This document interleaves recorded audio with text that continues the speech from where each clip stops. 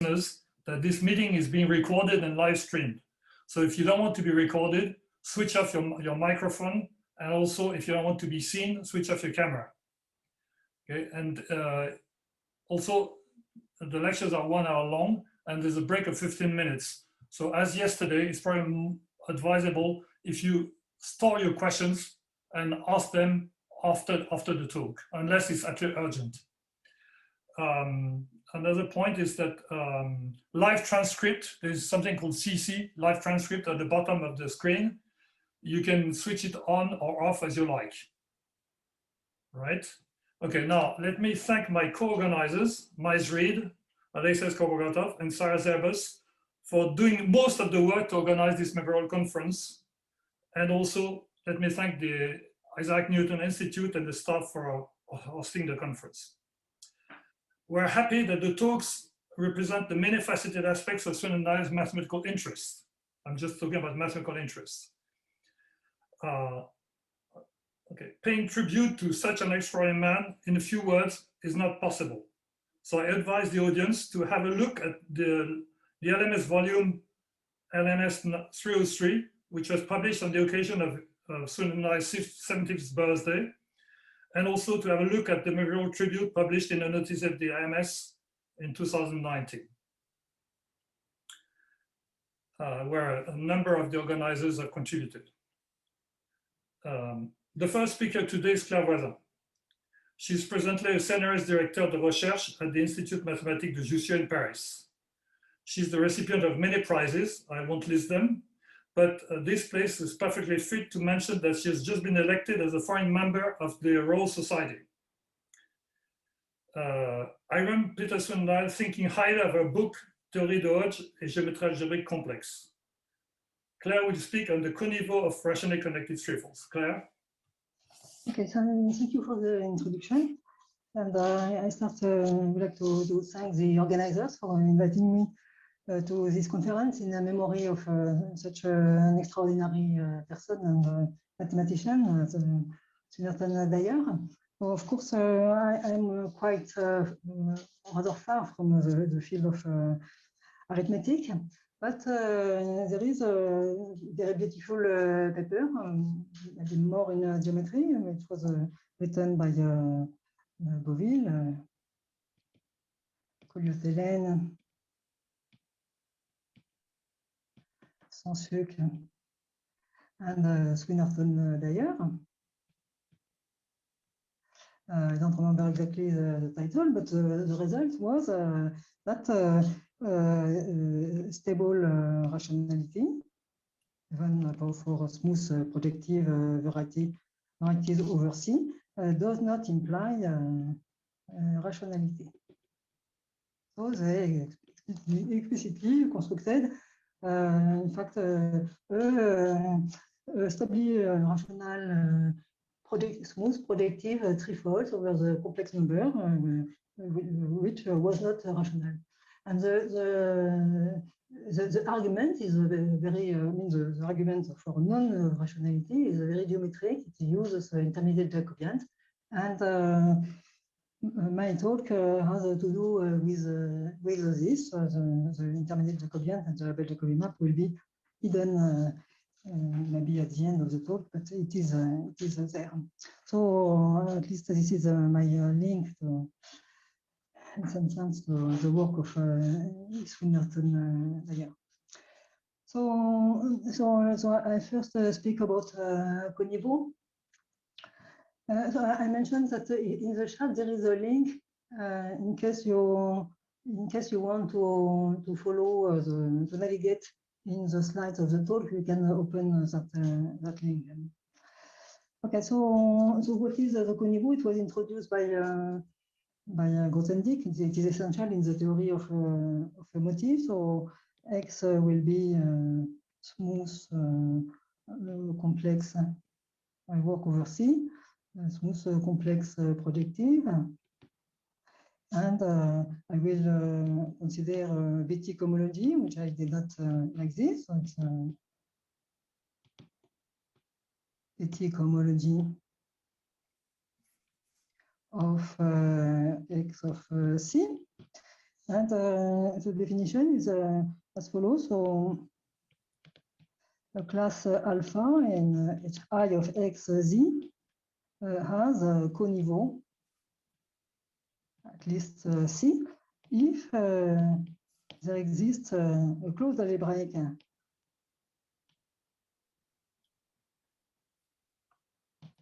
subvariety of a closed algebraic subset with of a codimension at least C, such that alpha vanishes on the complement of the Zariski open set x minus y. Okay, so now there is another way of thinking about this condition, namely the condition says that alpha is supported on y. Okay. And with some elementary algebraic topology, of course, here maybe I have to introduce the dimension of x, which is n, so it's a complex dimension, so that means that x is also a real, real manifold of dimension 2n, and so I can use Poincaré duality. And the condition that alpha is supported on y is saying that, well, we can consider homology of homology of y of degree 2n minus I, that maps naturally, of course, by a push-forward map to the homology of x. And here you can use, because x is smooth of dimension n, you can use the Poincaré duality, which isomorphism, which maps to here. And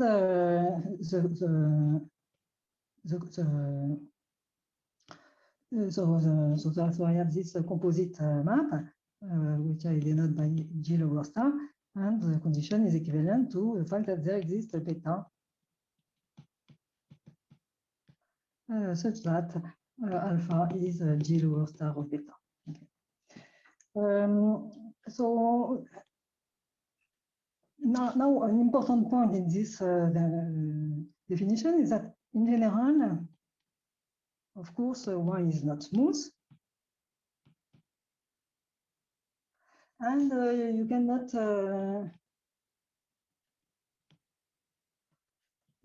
replace y by a decisionalization.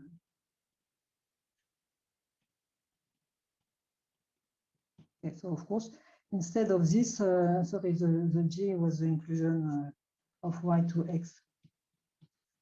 So here, of course, you can desingularize y. Here you have the G that gives you the G tilde, and the condition is different from saying that alpha is G tilde lower star beta. So this is not so it's not equivalent to this condition. And well, we can really give explicitly an example where the two conditions are different. And so that that leads to another definition, a refined definition, which is well, the coniveau definition of the coniveau goes back to Grothendieck, of course, and the more recent study of this condition, I think, has been clarified only recently, and I will use the terminology of Benoit and the notation and terminology of Benoit and Otem. I will say that alpha is of a strong coniveau, at least C, if there exists a variety smooth projective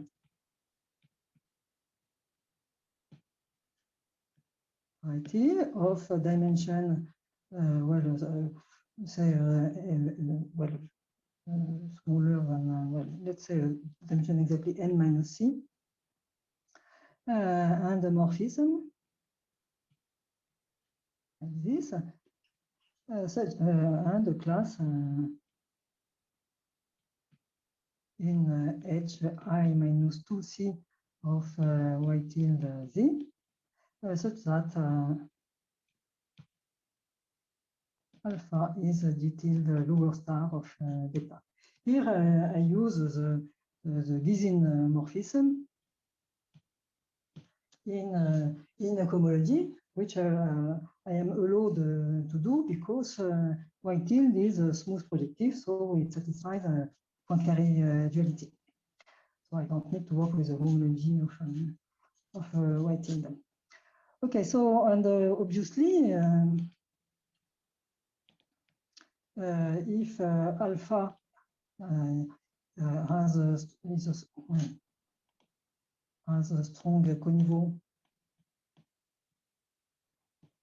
at least C, then alpha has a coniveau at least C, because in that situation, of course, if you have your alpha, which is G tilde the lower star of beta, then you find that alpha vanishes on X minus the image of G tilde of Y. Okay. So these are the two definitions, and I want to explain what are the three important facts concerning these two definitions.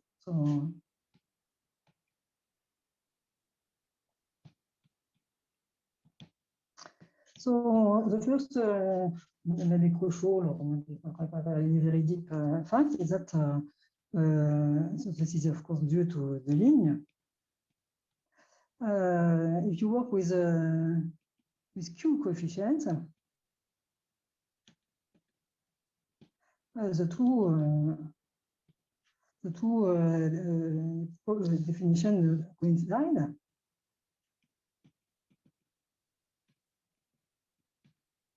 Okay. So maybe it's time to introduce notation. I will say we denote by NC HI of XZ for the classes of coniveau at least C, and N tilde C HI of XZ for a strong coniveau at least C. So the ligne says that if alpha, now I pass to Q coefficient. Sorry.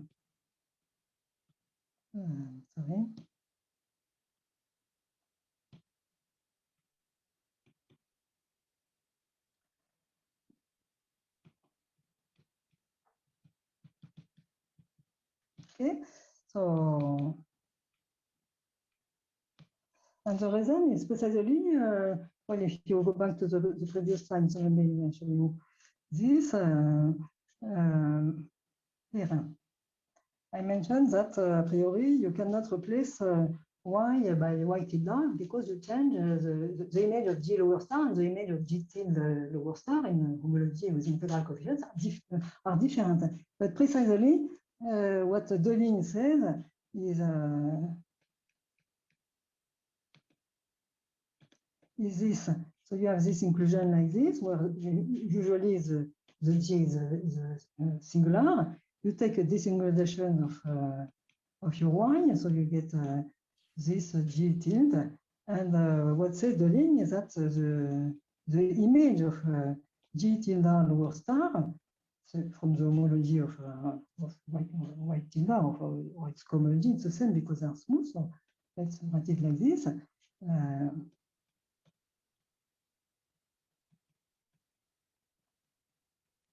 Sorry, precisely it's with Q coefficients.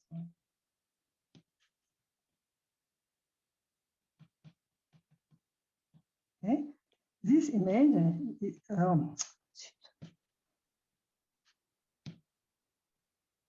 is equal to the image of the G lower star map.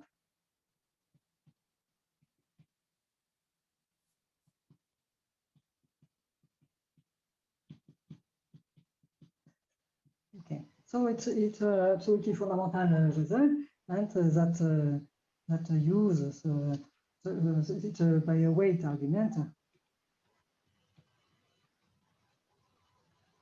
that use of course mixed Hodge structures.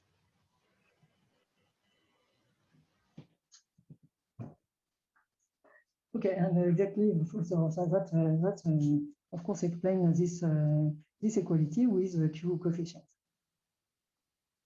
Okay, so this was the first point, and immediately the second point is that with the coefficient, the two notions actually differ. So the second point was the recent result of Benoit and Otem. So, just published. Okay. They say that there exists. So you need, of course, to go to cohomology of the great list tree. So there exists X, smooth projective, and alpha, which is in N1, H3 of XZ, that is coniveau. Sorry, H3, HI. So coniveau at least one, but alpha is not, alpha does not belong to n tilde 1 HI of X. Okay, so now the examples. X are not rationally connected varieties. Okay. Rationally connected, maybe I don't have to explain this. It's close to be unirational. That means through any 2 points, there is a rational curve in X passing through containing both points. And so the questions that I want to consider is this.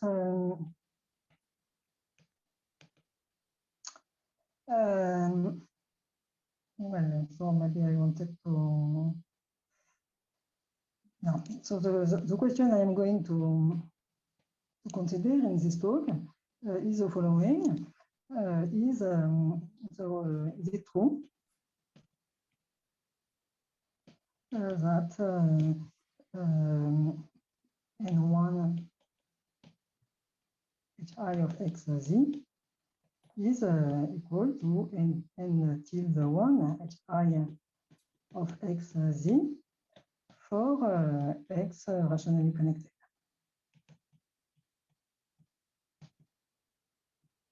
Okay, smooth, I should add smooth projective inverse.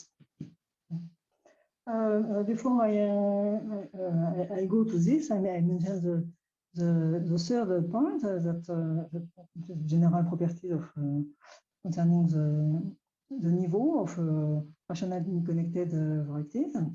So this is a result by Kolotinen and myself that says the following.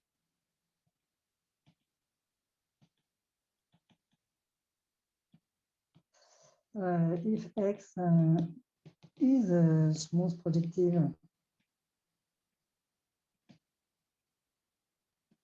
rationally connected, then Hi of XZ is of coniveau at least one for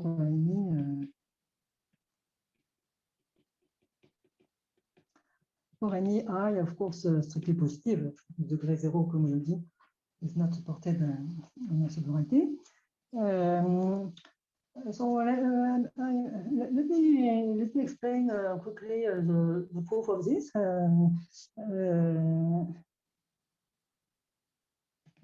The proof of the reason, if you like.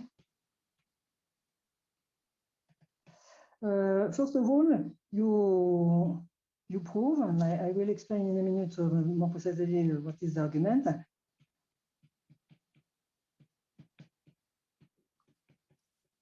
That this is true with Q coefficient.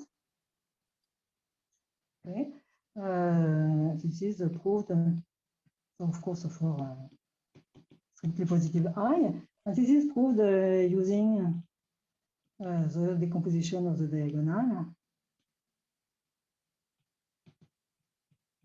or cohomological composition of the diagonal, which holds with the Q coefficients. So it's okay.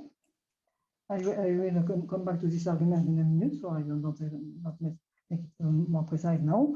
And the second, so this, when you have this of course says equivalently that hi of x z over n1 hi of x z is a torsion group, because it is killed when you transfer with Q.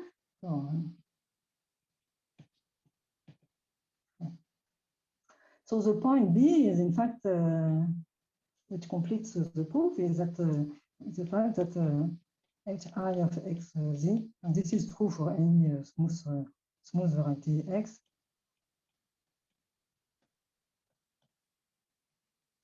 the hi of x z over the coniveau 1 part, this coefficient here is torsion free. That fact uses the Bloch-Kato conjecture,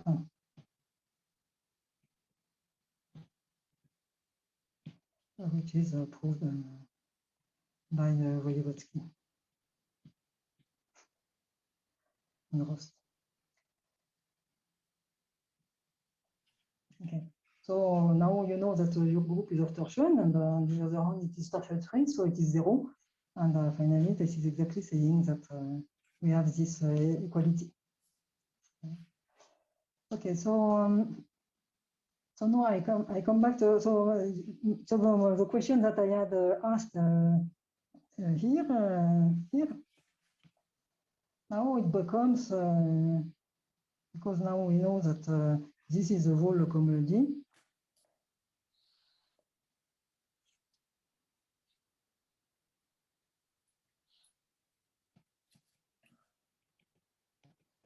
So X rationally connected, smooth projective. It proves that hi of x z is n1 tilde of hi of x z for strictly positive I. Okay, so this is the same question as before, except that I know that this is already, I know already that it is n1 hi of x. So I want to explain the motivation for this, for asking this question, and the motivation comes from the study of rationality, or stable rationality.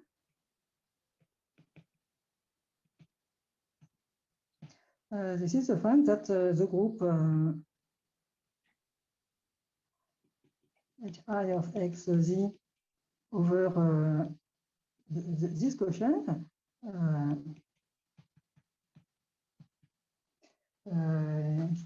is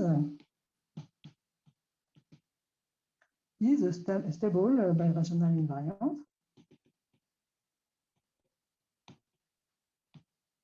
Okay. Of course, of x smooth projective. So in particular,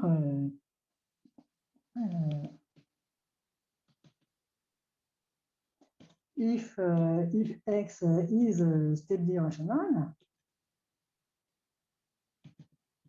that means that x cross PR is rational. If x is stably rational, this group is trivial. That means that hi of x z is N1 is of strong coniveau 1.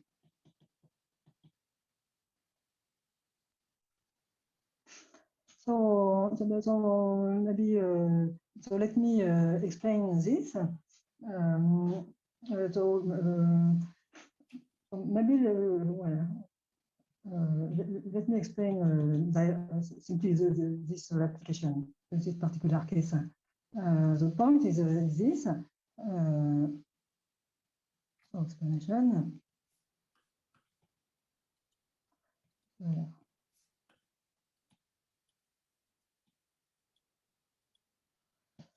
Well, you can do as follows. So if X is stably rational, X has a cohomological decomposition of the diagonal.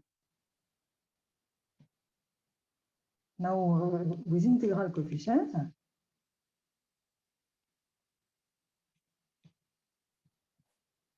and that means that you can write the cohomology class of the diagonal, which is a class in H2n of X cross X Z, as the sum. So let me write it like this.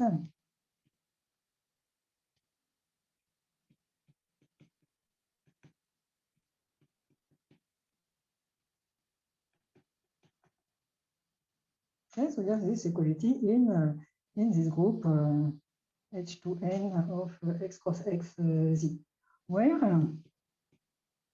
the G tilde and the gamma are as follows. So you have a divisor in X, which is usually very singular. You desingularize it. You call G tilde the induced map, so the thing has a codimension 1, and gamma is a cycle of codimension n-1.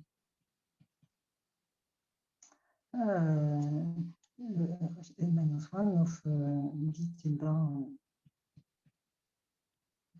So you have a cycle, you take its cycle class between brackets, and you apply this Gysin morphism. Okay. And once you have this, so you conclude that for any alpha in Hi of XZ, you apply these various correspondences or cohomological correspondences to the class alpha. So the class of the diagonal, it acts as the identity, so you get alpha. And on the right, here, if you take a strictly positive I, this part of the correspondence of the cycle class acts trivially because it factors to the restriction to a point. So that term will not contribute, and that term you compute it as G tilde lower star of gamma upper star alpha. And so this way you wrote your alpha as something which comes from the cohomology of a smooth the smooth molarité.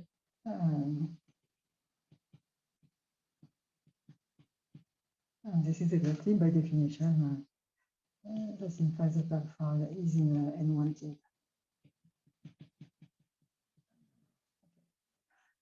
So that was the motivation, and that was so that was all that I wanted today to say for generalities concerning the question.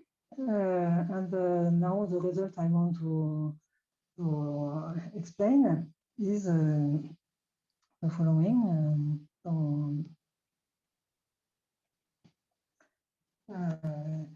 Let X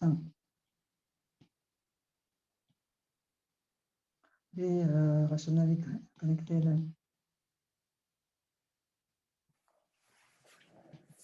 before, then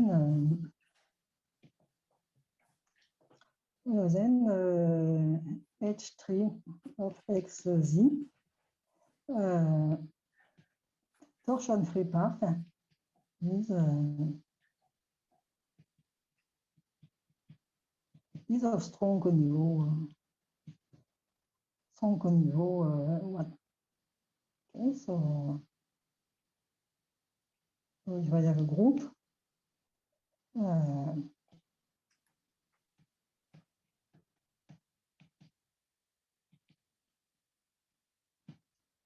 TF means a torsion-free part.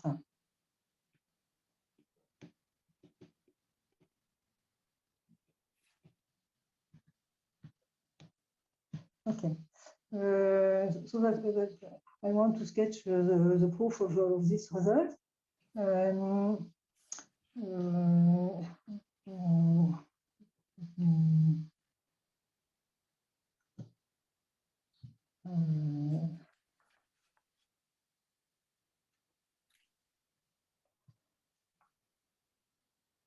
So I wanted to add something.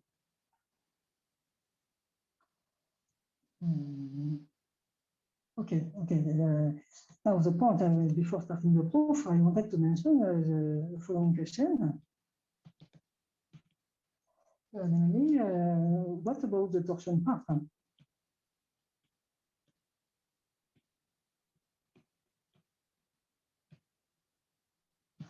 So I think it's quite interesting because we know, of course, everybody knows that the torsion of H3 of XZ is a very important birational invariant. In fact, it's a power group for rationally connected writing. And the question is it or not of strong coniveau at least one. So knowing that, so by the result I mentioned by Colette and myself, we know that it is of coniveau one. That means coniveau one. That means it is supported on possibly singular surface, and the question is whether it can come from the cohomology of a smooth surface. So it's not clear to me. Okay, so let me explain how the proof works. So the proof has two parts.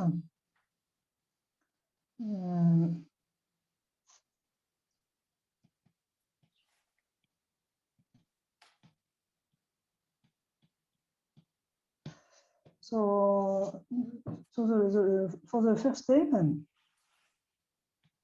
so first of all, yes, one has to maybe reformulate this equality. So this equality, H3 of XZ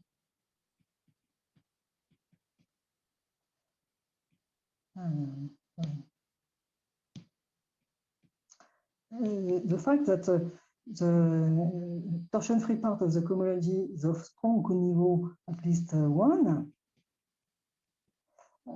this is equivalent to saying the following. There exists a smooth projective curve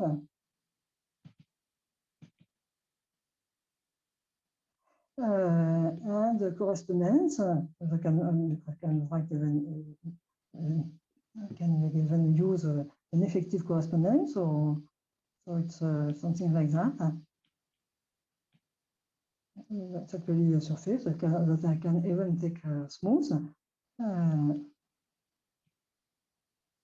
such that. So here it's a smooth projective. Both the surface, the curve, okay? And here I have morphisms, such that the induced cohomological correspondence, F lower star composed with P upper star, from the cohomology of the curve to not the whole cohomology of, sorry, I take the torsion free part here. Not to the whole cohomology of X, but the cohomology modulo torsion is surjective.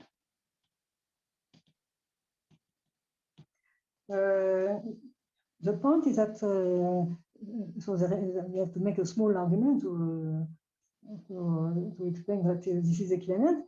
Being the cohomology of strong coniveau 1, it is a cohomology which comes from a cohomology of degree 1 of a smooth surface. But the point is that the cohomology of degree 1 of a smooth surface, it comes from the cohomology of degree 1 of a smooth curve. It is a general theory of the Picard group that tells this. So that's why we can see things like that. Okay, so starting from this, I make an intermediate definition. So this is for step 1.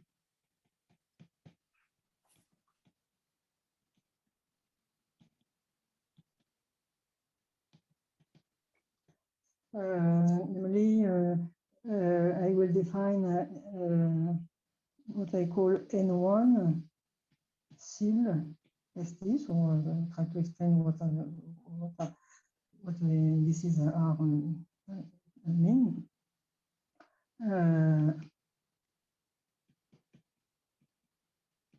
Okay, so it's of course it's a subgroup.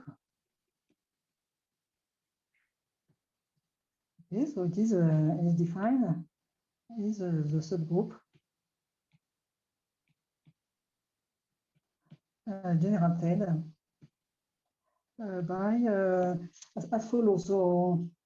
So the image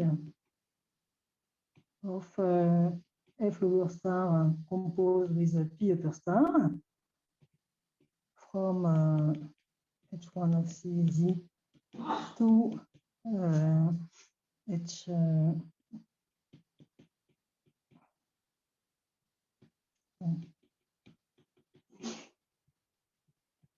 here I use the Poincaré duality. So, okay, and I consider all these images for now all the following situations. So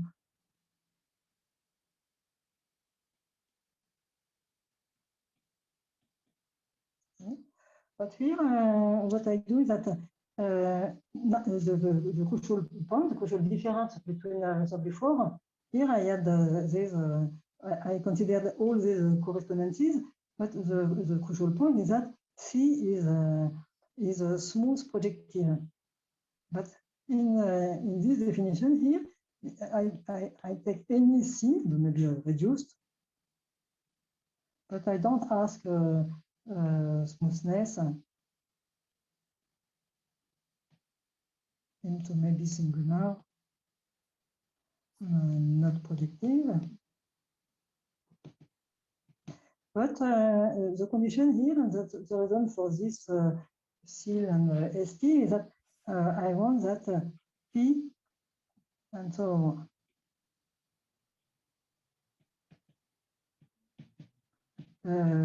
P is flat with semi-stable fibers.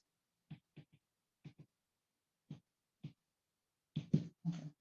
And this is, of course, if I don't make, if I don't put the smoothness assumption on C, if I want to define P upper star from the homology of C to the homology of X or S, and then apply F lower star, I need a P, of course, should be also proper. Okay. I need flatness because this P upper star in homology means that you have one cycle on the base and you take the inverse image on the surface, and to make sure that is well defined on homology, you need flatness. Okay. So that can you recall what is semi-stable? Sorry. Semi-stable. Can you recall? Semi-stable. So that is there are normal curves, reduced curves with normal crossing. Okay. Okay. So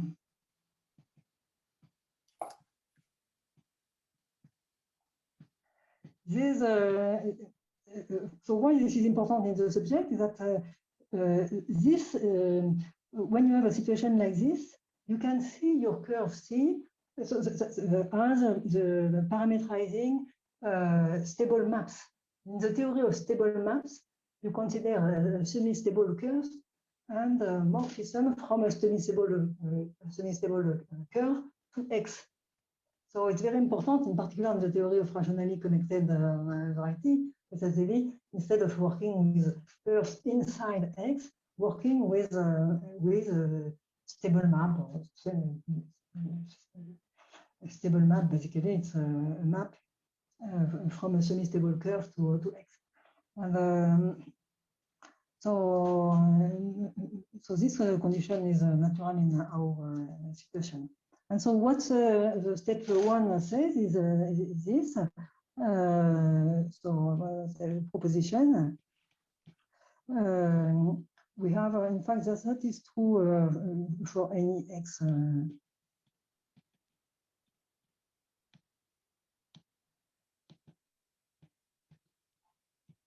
For any smooth projective threefold, we have the equality that if you consider the co-niveau one cohomology, modulo torsion, it is the same as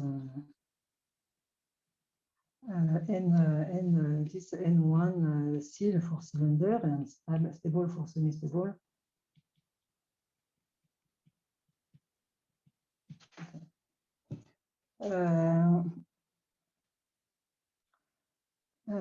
So maybe let me explain this. Will give an idea of what I am doing in the case of rationally connected.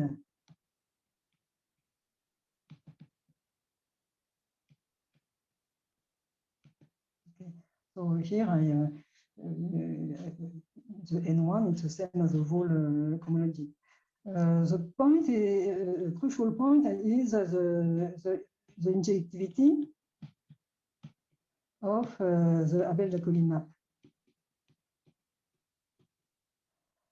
which in that case is due to the block from codimension 2 cycles to the intermediate Jacobian, which is a complex torus built on the Rogers structure on the integral cohomology modulo torsion. That's why it's at the end it will be integral cohomology modulo torsion and not the whole cohomology, because the whole argument uses this intermediate Jacobian. So let me explain how using this, just making a picture, how using this injectivity. At the end, I can construct how to say, more many cycles in here. So basically, I start with the N1 tilde H3 of X Z. I know what it is. I know already by the result by the line. Okay. I know this is a finite index subgroup. Okay. So this is coming, and I know, as I already explained, that it is coming from a situation like this, where here this is smooth projective. Okay, so this is the image of F lower star composed with P upper star. Okay. So now let me explain how you can construct more homology. So I have my C that is like that, and suppose that you have, for example, 2 points. So I have my S with fibers over C, and suppose that the cycles, the cycle Sx minus Sy is annihilated by the Abel-Jacobi map phi x. Okay, and so by block result, it is the injectivity of the Abel-Jacobi map, the cycle Sx minus Sy is rationally equivalent to 0.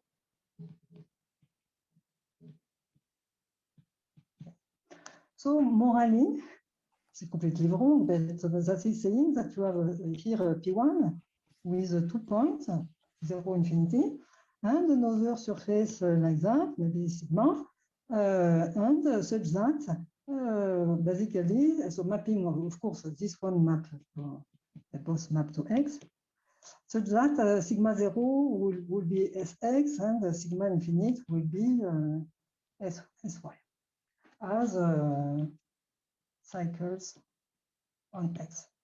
Okay. So this is, of course, oversimplified. The rational equivalence between the one cycle is much more complicated.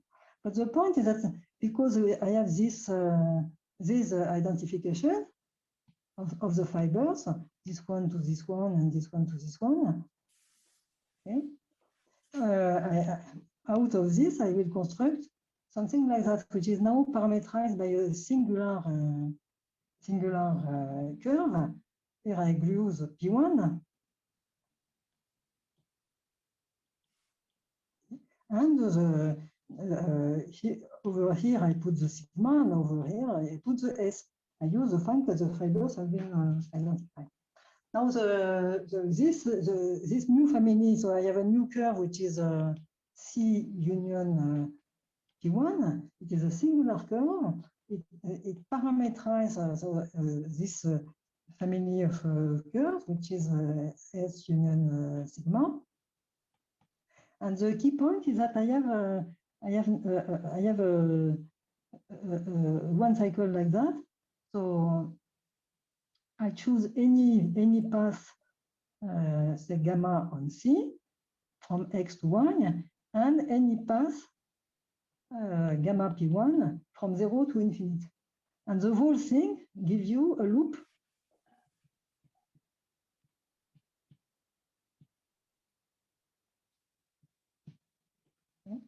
which has a homology class, and the image of this loop will produce a class in N1 seal.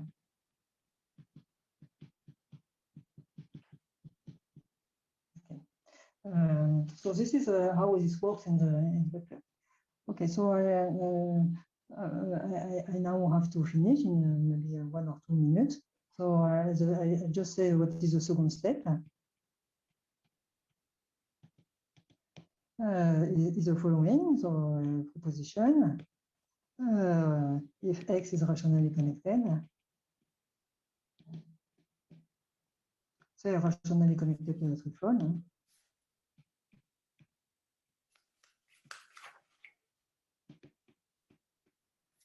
Then this cylinder homology, and this is true for now. It's true also for the whole homology, not modulo torsion.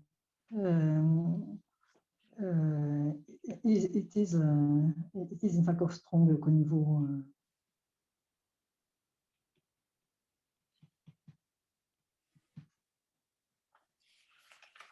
Okay, and so finally, if you combine the both things,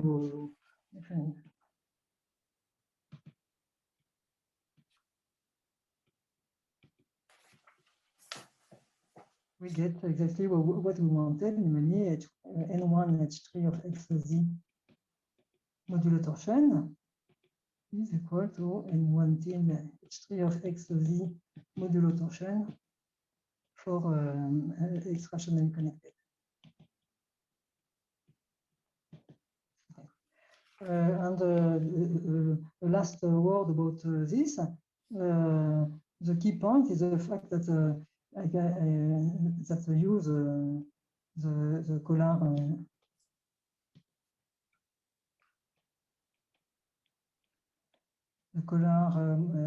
Miyaoka Mori strategy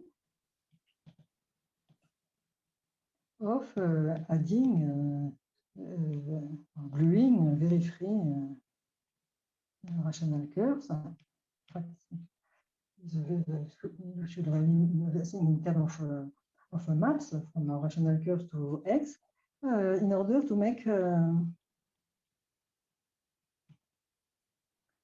the curves unobstructed, or the curves or the stable maps.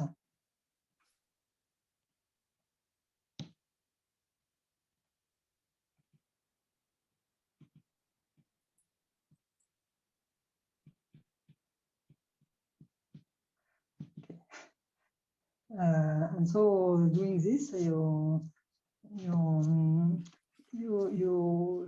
see this family of I have this family of stable maps parameterized by a singular curve, but you modify it in such a way that the stable maps are unobstructed, their deformation theory is smooth, and so the base of the family it is contained in this smooth moduli space of stable maps. So that's the end. So if you have this situation, okay, basically, so replace. So here my curve may be very singular. Okay, I replace. I have to make something. So there is adding legs. So maybe over the Zariski open set, like this, in such a way that you have the same cylinder homomorphism, and the fibers here are unobstructed stable maps.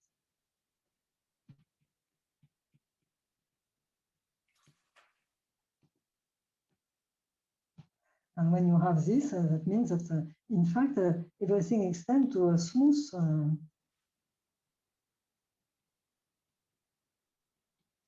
this comes from a diagram parameterized, similar, but now parameterized by a smooth variety. And so the image of the cylinder homomorphism that you have associated to this family, it will factor through the homology of a smooth variety Z, and that concludes the proof. So maybe it's a bit sketchy, but I think I should stop here.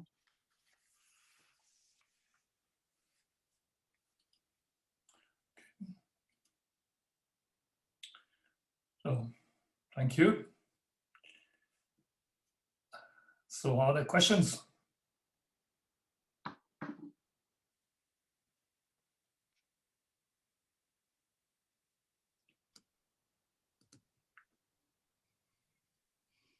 So, Claire, can you repeat where the point when the fact that the variety was rationally connected played a role in the proof? Just for Bloch's theorem? Exactly. No. For Bloch theorem, in fact, I don't need because the first step did not use. In fact, it is easier maybe if it is rationally connected, but the first step, I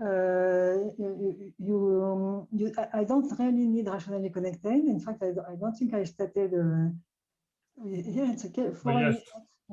and of course here it's for the case where X is rationally connected, you have the injectivity, but in general what says Bloch is that the Abel-Jacobi map phi X is injective on torsion cycles. Yes. And that's enough for this statement. But it's slightly more complicated. The proof is slightly more complicated. But so in fact, that step does not use that X is rationally connected. Okay. But the crucial part is where I use rationally connected. It might be that the result is true for any X. I don't know, but I rarely use this.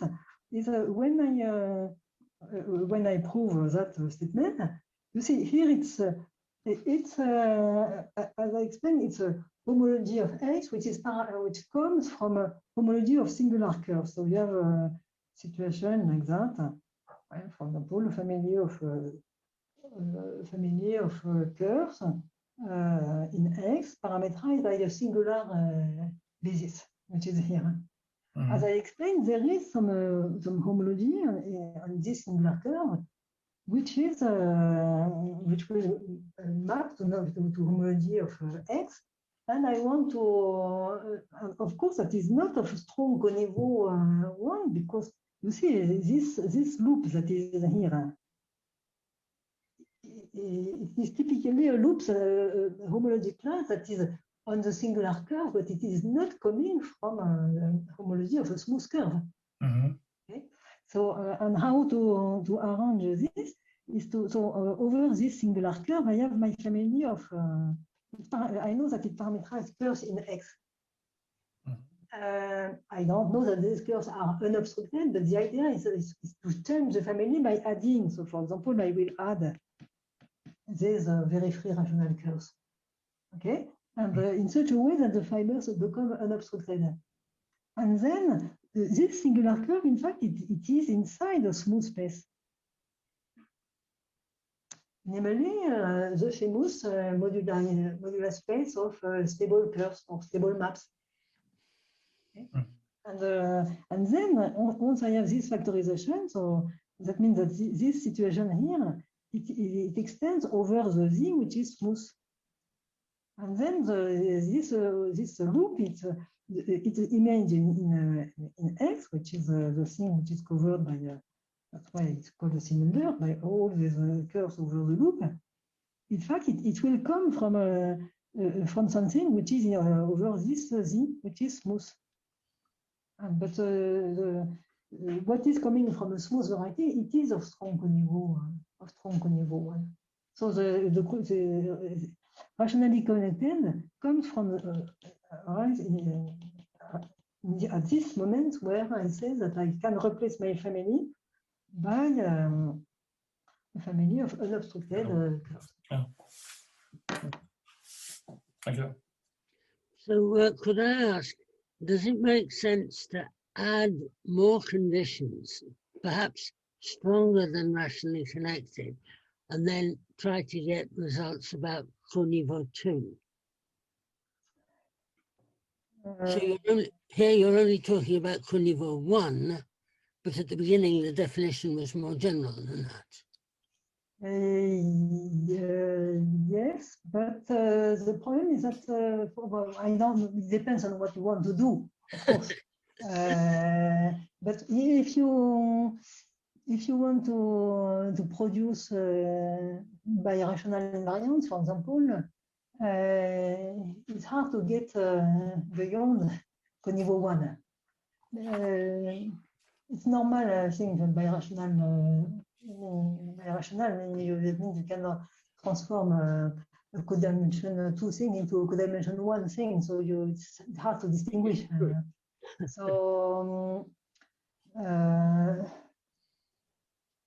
no, of course. So I would say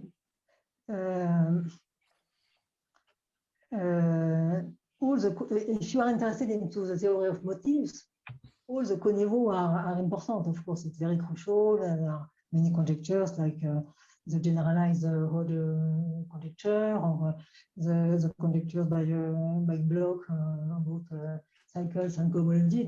They are all related to the study of the coniveau for all possible coniveaux. But usually, it's only with Q coefficients. And now, with Z coefficients, there are some applications to rationality, but so now I realize that I am saying I think there is another case where you get birational invariant. It's sort of a dual situation for higher coniveau. I think that if you do but it's let me not say the wrong thing. I think that let me remember. Yes, So, for example, if you look at, so let's see.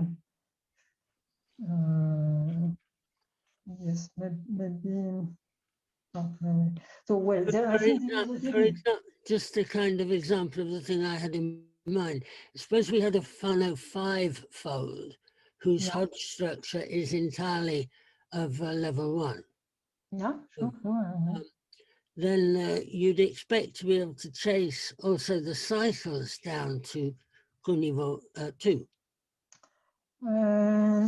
Of course.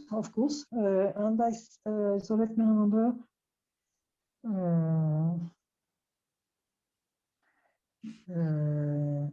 No, you are perfectly right. And in that case, no, no. I think there is because the cycles of dimension 2, there are codimension 3. So I think there is a birational invariant which comes from the coniveau here, and which is precisely yes. I think the birational invariant that you can make in your situation is this yes, I think this the torsion of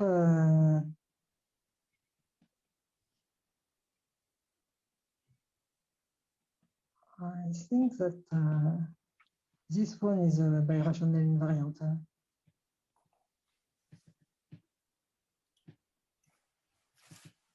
I hope not to say the wrong thing.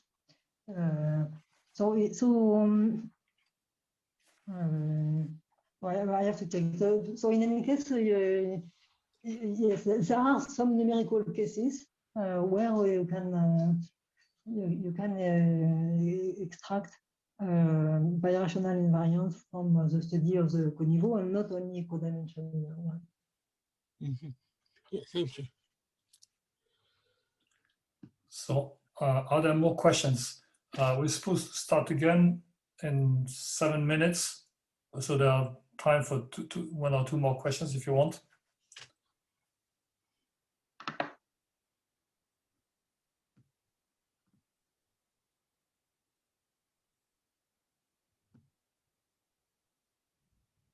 Okay, well, if there are no more questions, let us thank Claire for her very nice talk.